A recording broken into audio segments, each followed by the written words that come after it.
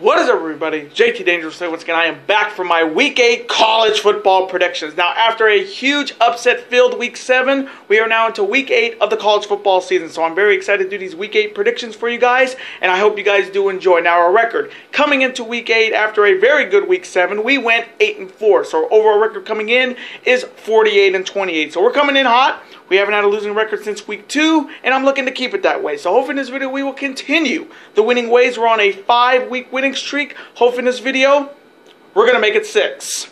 Now, this is the first of 2 big videos that will be up on the channel today, so hopefully you guys will be able to watch both these videos. Now, right after this video, I'll have my Week 7 NFL predictions. So remember, 2 big football predictions will be up on the channel today, so hopefully you guys will be able to watch both these videos. As always, show your support on these videos by watching those videos, super kicking those like buttons, and hitting that notification bell, and commenting your picks, your opinions, and representing your college football teams in the comments section down below. Now, if this is your first time watching my channel, as a first-time viewer, and this is your first video, boy, big to go in if you're a huge college football fan like myself and you're ready for Week 8 of the college football season. Welcome to the Dangerous Lions. I am JT Dangerously. Welcome to the club, because this club is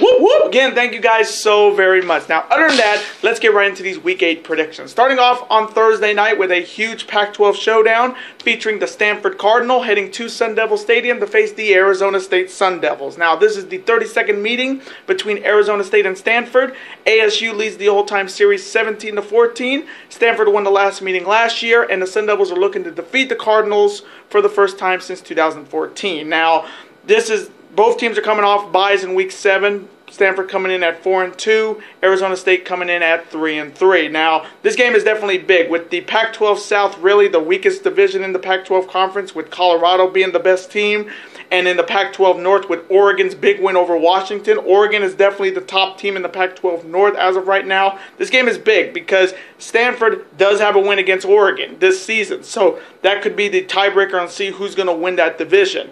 And Stanford still has to play Washington, I think. And Arizona State can definitely play spoiler in the Pac-12 South. They still have to play USC, they still have to play Arizona, and I think they still have to play Colorado. So this is a big game in the Pac-12 Conference. So coming from me on this first matchup on Thursday, another big question is Stanford recovered after that Utah Utes loss 2 weeks ago? Like, a lot of people did not see Utah beating Stanford in Palo Alto. So let's see if Stanford can get it done. But coming from me, I'm taking Bryce Love and the Stanford Cardinal to defeat the Arizona State Sun Devils in a close one.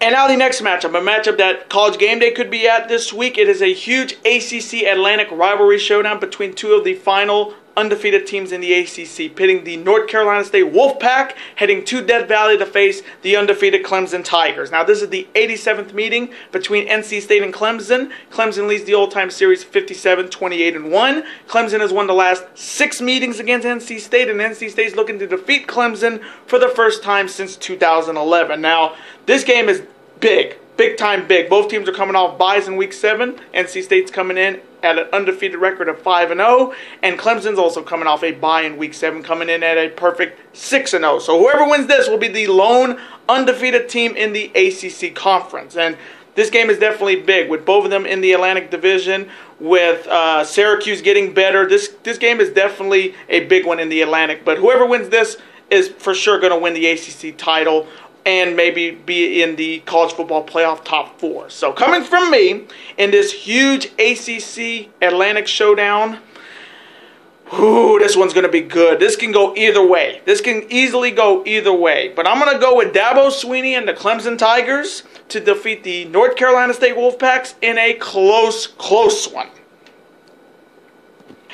And now the next matchup. It is the battle for the Paul Bunyan Trophy in the Big Ten East Conference, pitting the Michigan State Spartans heading to the Big House to face the Michigan Wolverines. Now, this is the 111th meeting between Sparty and Michigan.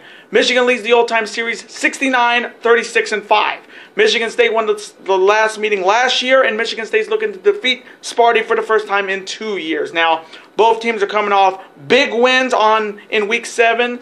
Michigan State coming off their big upset win over Penn State on Saturday, coming in at 4-2, and Michigan coming off a blowout win over Wisconsin on Saturday night, coming in at 6-1. Now, this game is big.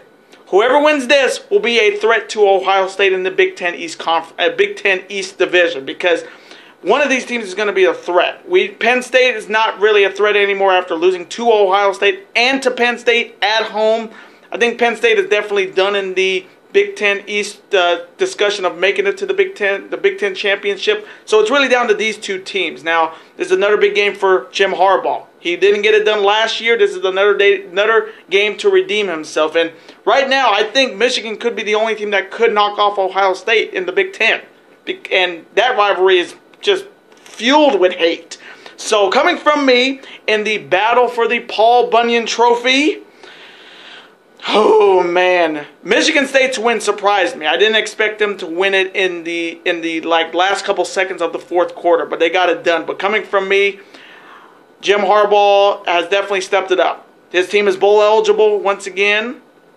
And he's only messed up one game, and that was the first game of the season against Notre Dame. So coming from me, I'm taking Shea Patterson and the Michigan Wolverines to defeat the Michigan State Spartans in a close one. And now the next matchup. It is an SEC showdown and is known as the Pine Box Bowl, pitting the Auburn Tigers heading to Oxford to face the Ole Miss Rebels. Now, this is the 43rd meeting between Auburn and Ole Miss. Auburn leads the old-time series 31-11. Auburn has won the last two meetings against Ole Miss, and Ole Miss is looking to defeat Auburn for the first time in 3 years. Exactly on Halloween 3 years ago. Now, both teams are coming off very interesting Week 7s. Auburn's coming off their embarrassing loss at home to the Tennessee Volunteers. And Ole Miss, last time I checked, they were down to a very bad Arkansas Razorbacks team on Saturday. So we don't know what record Ole Miss is coming in. They could be coming in at 4-3 or 5-2. Now, this game is definitely big in the SEC West, but I don't see any of these teams being a threat to Alabama. I really don't, because Alabama looks like nobody's going to stop them, other than maybe LSU. So coming from me in the battle for the Pine Box Bowl, ooh, man, this one's tough. Auburn definitely looked bad against Tennessee, and I did not expect Auburn to lose that game. So coming from me, I'm going to take the Auburn Tigers to rebound and bounce back and defeat the Ole Miss Rebels. And now the next matchup. It is a huge Big 12 conference battle between my Oklahoma Sooners heading to Fort Worth to face the TCU Horned Frogs. Now, this is the 19th meeting between my Sooners and the Horned Frogs. The Sooners lead the all-time series 13-5. The Sooners have won the last 4 meetings against TCU, and TCU is looking to defeat my Sooners for the first time in 4 years. Now, both teams are coming off very different Week 7s. Oklahoma's coming off their bye, and they're coming in at 5-1. I think tied for first in the Big 12 Conference. And TCU's coming off their loss to Texas Tech on Thursday night, coming in at 3-3. Now, the biggest question coming in is, has Oklahoma recovered after their game against Texas 2 weeks ago in the Red River rivalry? As a Sooners fan, losing that game was not easy, and not easy to admit that Texas was the better team. But I think this Oklahoma team is going to get better. Lincoln Riley's done a fantastic job. We did get rid of a Stoops in a defensive position, I think, or an offensive position. But this Oklahoma team always does well after a loss. And with West Virginia's loss to Iowa State on Saturday, we still have a chance. My Sooners still have a chance to go back to back Big 12 champions. The only other side you have TCU is coming off they're just having a rough season right now. TCU is just, after that loss to Ohio State, they just have not been the same team. They're coming off a loss to Texas Tech by 3 points on Thursday, and they're just looking to be a legit spoiler now. So coming from me in this Big 12 rivalry showdown, you already know I'm going to take my Oklahoma Sooners to defeat the TCU Horned Frogs. And now the next matchup. It is a huge ACC Coastal Rivalry showdown featuring the Virginia Cavaliers heading to Chapel Hill to face the Duke Blue Devils. Now, this is the 70th meeting between Virginia and Duke. Virginia leads the all-time series 36-33. Cavaliers have won the last 3 meetings against the Blue Devils, and Duke is looking to defeat Virginia for the first time in 4 years. Now, both teams are coming off big wins against ACC rivals on Saturday. Virginia coming off their big win over ACC Coastal leader Miami on Saturday, coming in at 4-2. And Duke is coming off a big win over the Georgia Tech Yellow Jackets, coming in at 5-1. Now, with Virginia's big win against Miami, the ACC Coastal is anybody's ball game. With Virginia Tech's win over UNC on Saturday, this is like a three-team race right now, or 3 or 4 team race in the ACC Coastal with Miami, Virginia, Duke, and Virginia Tech. So that win from Virginia definitely shook up the Coastal for sure. Then you have the Duke Blue Devils coming in. I think the only team that has 1 loss in the Coastal, so they're looking to continue the winning ways and become bowl eligible with 1 win. So coming from me in this huge ACC Coastal rivalry showdown, ooh, this one's tough.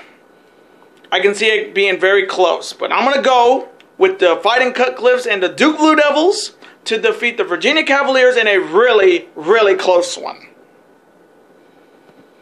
And now the next matchup. It is an SEC Conference showdown featuring the #1 team in the nation, the reigning national champs, the Alabama Crimson Tide, heading to Knoxville to face the Tennessee Volunteers. Now this is the 100th meeting, the centennial meeting between Bama and the Volunteers. Bama leads the all-time series 54, 38, and 7. Bama's won the last 11 meetings against Tennessee, and Tennessee is looking to defeat Alabama for the first time since 2006. Now, both teams are coming off big wins in the SEC Conference on Saturday. Alabama over a very good Missouri team on Saturday coming in. The only undefeated team left in the SEC Conference, a undefeated 7-0. And Tennessee coming off their biggest win of the season, knocking off Auburn at Jordan-Hare for the first time since 1998, coming in at 3-3. Now, biggest question is, can lightning strike twice for the Volunteers? They knocked Auburn at Jordan-Hare. They haven't done that since 1998 when Peyton Manning was still there. So can Tennessee do what they did to Auburn to the reigning national champs, the Alabama Crimson Tide? And honestly, this Bama team is going to be impossible to stop. Right now, I thought Georgia was the team to beat them, but we saw what happened at LSU on Saturday. Right now, it looks like LSU is the team to look out for in the SEC West against Bama, and that matchup is getting closer and closer.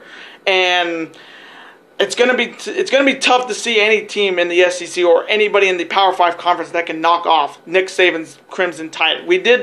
Tua did get hurt, and they put in Jalen Hurts, so we don't know if Tua's going to go for this game. But even without Tua, Jalen Hurts is pretty damn solid as a backup quarterback. So coming from me in this huge SEC showdown, another week, the same question: can Tennessee keep up with Alabama? I think they'll keep it close, but it's going to be a blowout by the 4th. So coming from me in this matchup, I'm taking the #1 team in the nation, the Alabama Crimson Tide, to defeat the Tennessee Volunteers. Roll Tide! And now the next matchup. It is a Big Ten West showdown, and it's the battle for the $5 Bits of a Broken Chair trophy, pitting the Minnesota Golden Gophers heading to Lincoln to face the winless Nebraska Cornhuskers. Now, this is the 59th meeting between the Golden Gophers and the Cornhuskers. Minnesota leads the all-time series 32, 24-2. Minnesota won the last meeting last year, and Nebraska is looking to defeat Minnesota for the first time in 2 years. Now, both teams are coming off tough losses in Week 7. Minnesota coming off a heartbreaking loss to the Ohio State Buckeyes on Saturday. They're coming in 3-3. And Nebraska's coming off their heartbreaking loss on the road in overtime to Northwestern, and they're coming in a winless 0-6. Now, this game is definitely just a game. There's no chance that Minnesota could be a threat in the Big Ten West, Nebraska either. So this is just a matchup of pride and respect. But gotta say something about Nebraska. I wonder what Scott Frost is thinking, that his UCF Golden Knights haven't lost a game in 2 years. And he came to Lincoln, and he's got the 0-6 season in Nebraska school history. It's turning into a nightmare season in Scott Frost's first year in Nebraska. And losing that game like that was heartbreaking to see, because Nebraska is just trying to get back to that promised land of being a legitimate team again. But for this first year for Scott Frost is turning into a nightmare, and it's not even Halloween yet. So coming from me in the battle for the $5 Bit of Broken Chair trophy, man, this one's so tough. Minnesota did give Ohio State a run for their money on Saturday, and Nebraska had a sizable lead against Northwestern before losing it. So coming from me, I may get this one wrong, but I'm going to take a risk.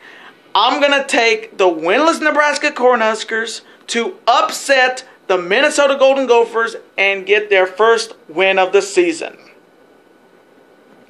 And now the next matchup. It is a MAC West rivalry showdown, and it's the battle for the victory cannon, pitting the Western Michigan Broncos heading to Central Michigan to face the Central Michigan Chippewas. Now, this is the 89th meeting between Western Michigan and Central Michigan. The Broncos lead the old-time series 38-2.